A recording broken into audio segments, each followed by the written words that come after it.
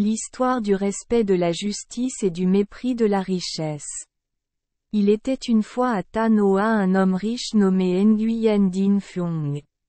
Sa maison a un jardin d'arec et un étang à poissons, et environ quelques dizaines d'acres de bons champs. La récolte de chaque année remplit l'entrepôt. Dans sa maison, il y a pas mal de femmes, d'enfants et de travailleurs, et il dépense beaucoup, mais cela ne le dérange pas. Point. Étant une personne généreuse, quand quelqu'un dans le besoin venait demander de l'aide, il était prêt à fournir ou à prêter de l'argent, les laissant rarement rentrer chez eux les mains vides. Nguyen Dinh Phuong avait un vieil ami qui étudiait avec le même professeur nommé Nguyen Dinh Phuong. Point. Tran Ben Kung travaille maintenant comme commerçant de bois. Auparavant, Ben Kung avait beaucoup d'argent pour manger. Il devait s'occuper de tout pour sa mère âgée, sa femme et ses enfants à la maison, mais depuis lors, il a travaillé sur plusieurs. Les voyages de rafting ont échoué, une partie a été volée, une partie a été trompée, ce qui a entraîné de lourdes pertes. Peu importe le nombre de champs et de jardins vendus pour payer, ce n'était toujours pas suffisant. Ensuite, Ben Kung a souffert d'une grave maladie et s'est profondément endetté. Incapable de payer l'échéance, le créancier a envoyé des esclaves pour l'exiger agressivement. Heureusement, Nguyen Dinh Phuong a récupéré l'argent pour payer. Sinon, la famille de Ben Kung n'aurait plus de maison sur laquelle compter. Était dans le besoin, Ben Kung envoyait même sa femme et ses enfants demander de l'aide à 5 mandarins, et lorsque 3 mandarins payaient pour les médicaments, Dinh Phuong était toujours heureux de les fournir. Voyant que vous étiez si gentil avec lui, Ben Kung et sa femme étaient extrêmement reconnaissantes. De façon inattendue, la maladie de Ben Kung devenait chaque jour plus grave.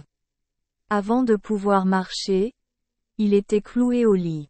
Sachant qu'il était sur le point de mourir, un jour il invita un ami à venir. Lorsqu'il vit le visage de Dinh Phuong, il dit : « Je te dois une grosse somme d'argent depuis assez longtemps et je n'ai pas mentionné de la rembourser.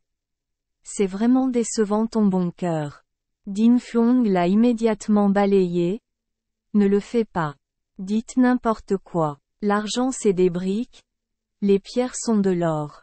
L'amour est ce qui est précieux, mais l'argent n'a aucun sens. N'en parle pas. Non, Ben Kung continua. La raison pour laquelle je t'ai invité ici est à cause de la dette qui ne disparaît jamais. Maintenant, je calcule comme ça. Ma maison est comme une dette. Il y a un acte écrit ici, mais devant moi en ce moment, un jeune enfant, une épouse insensée, une sœur faible, une vieille mère. La situation est si inquiétante. Un jour, je vais mourir. S'il y a quelque chose qui ne va pas avec ma famille, j'ose vous demander de trouver un moyen de le sauver. Plus tard, quand mes enfants seront grands, ma famille pourra relever la tête. Elle n'oubliera jamais votre gratitude. Dinh Phuong a immédiatement dit : « Pourquoi dites-vous cela ? Votre mère est comme ma mère. Votre enfant est aussi comme mon enfant. Quant à ma maison, elle est la même que la vôtre. Quoi qu'il en soit, je ferai de mon mieux. Vous prenez juste le médicament pour vous guérir.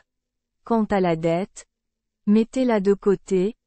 Ne vous inquiétez pas du tout. » Ben Kung n'a pas écouté. A simplement mis le contrat dans la main de Dinh Phuong, a appelé ses enfants à s'incliner devant Dinh Phuong. Vit et dit : « Maintenant, je fermerai les yeux quand je mourrai.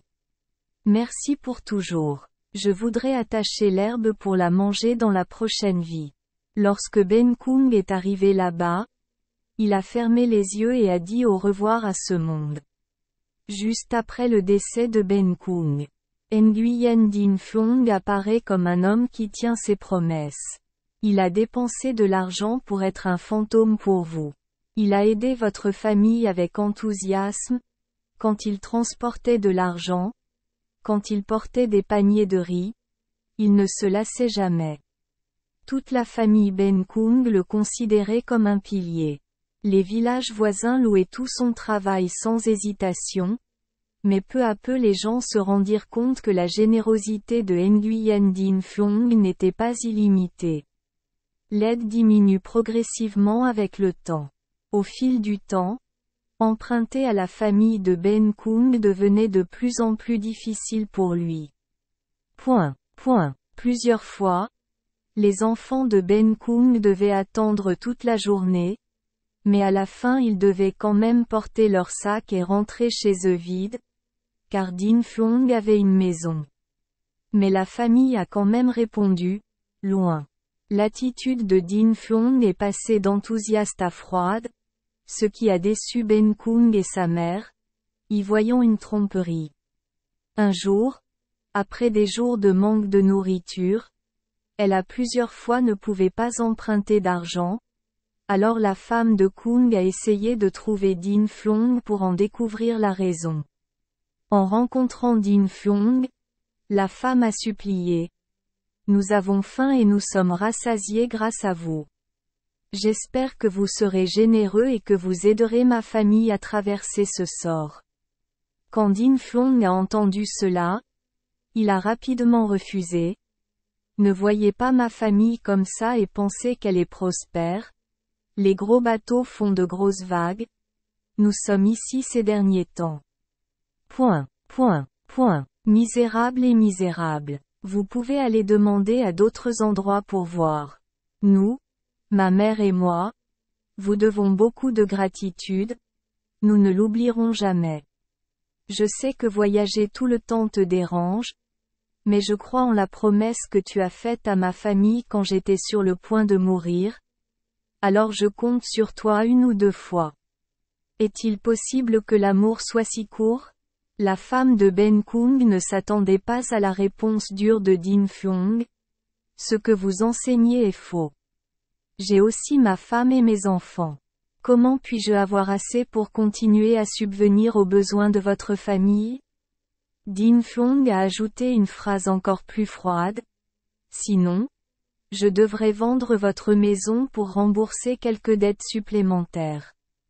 Parlant comme un seau d'eau éclaboussé sur son visage, la femme de Ben Kung a dû essuyer ses larmes et partir, sans oublier de raconter l'histoire à toute la maison.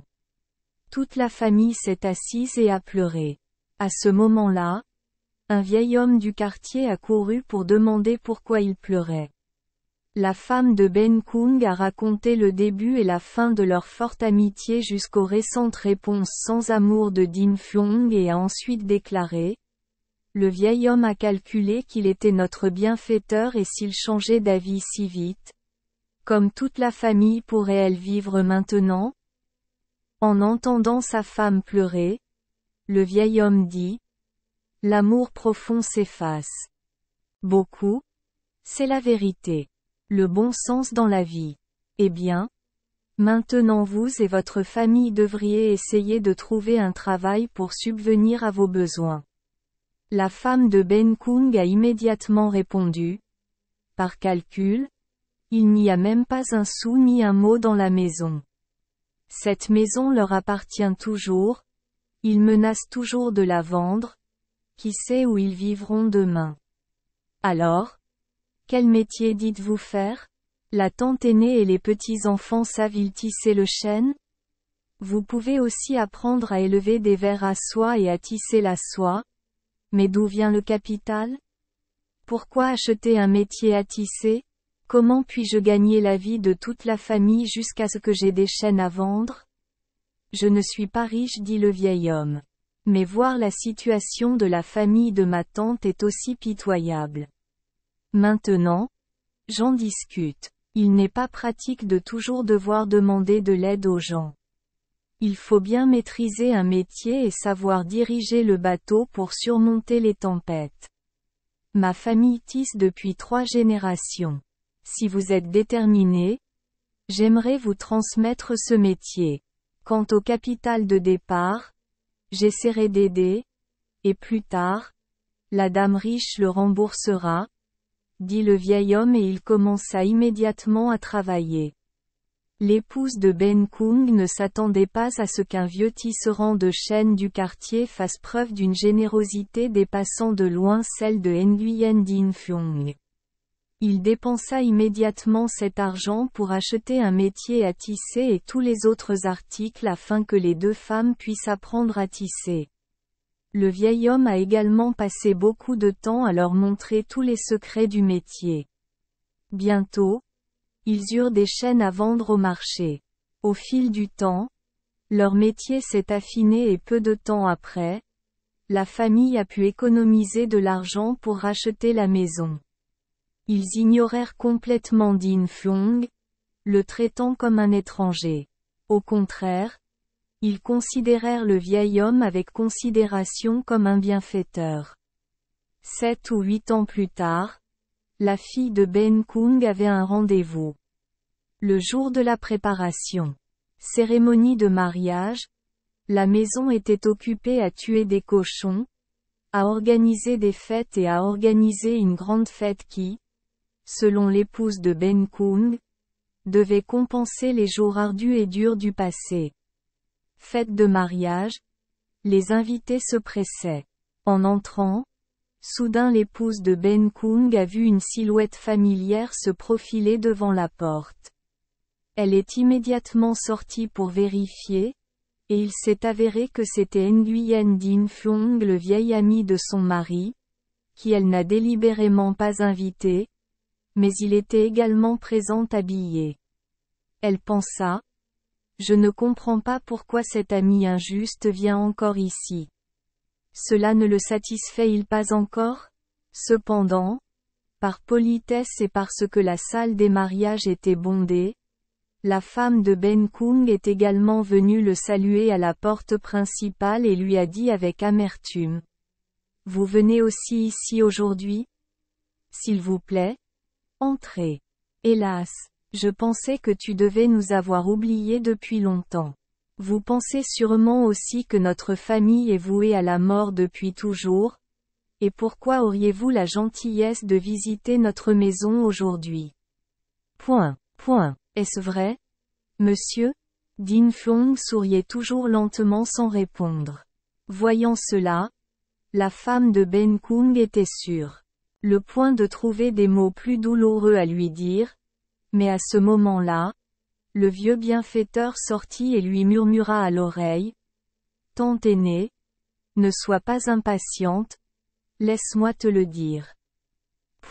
Tout le capital que j'ai aidé ma tante, y compris mes efforts en dessin, est entièrement l'argent de Monsieur Phuong. C'est juste moi qui le lui ai donné et qui l'ai fait pour elle sans le lui dire. Lorsque la femme de Ben Kung a entendu cela, elle n'avait plus aucune expression. Elle s'est retournée et a regardé le visage de Dinh Phuong, sa bouche marmonnant. Oh mon Dieu! Oh! Est-ce vrai? Mais je n'y ai pas pensé depuis longtemps. Puis elle a réuni ses enfants et leur a dit. Les enfants, venez vite ici et remerciez notre bienfaiteur. Pendant toutes ces années il ne s'est pas plaint, et a même emprunté la main d'autrui. Aide-nous à surmonter la situation misérable pour arriver là où nous en sommes aujourd'hui. Song Dinh Phuong a écarté sa main et a dit. Oh! S'il te plaît, ne sois pas comme ça. Je me souviens encore de la promesse que j'ai faite à mon frère auparavant. Ferme les yeux. Il n'y a rien de plus précieux dans ce monde que le mot « sens », mais je n'ai aucun talent. Merci les enfants des Esperluette Croisillon 39. Avoir écouté des contes de fées au jour Esperluette Croisillon 39. 8. Espérons que les histoires apporteront aux enfants des moments heureux et significatifs. Si vous aimez notre chaîne, veuillez appuyer sur le bouton S Esperluette Croisillon 39. Abonnez, pour ne manquer aucune histoire intéressante. Je vous souhaite une bonne nuit de sommeil et de beaux rêves. Rendez-vous dans la prochaine histoire.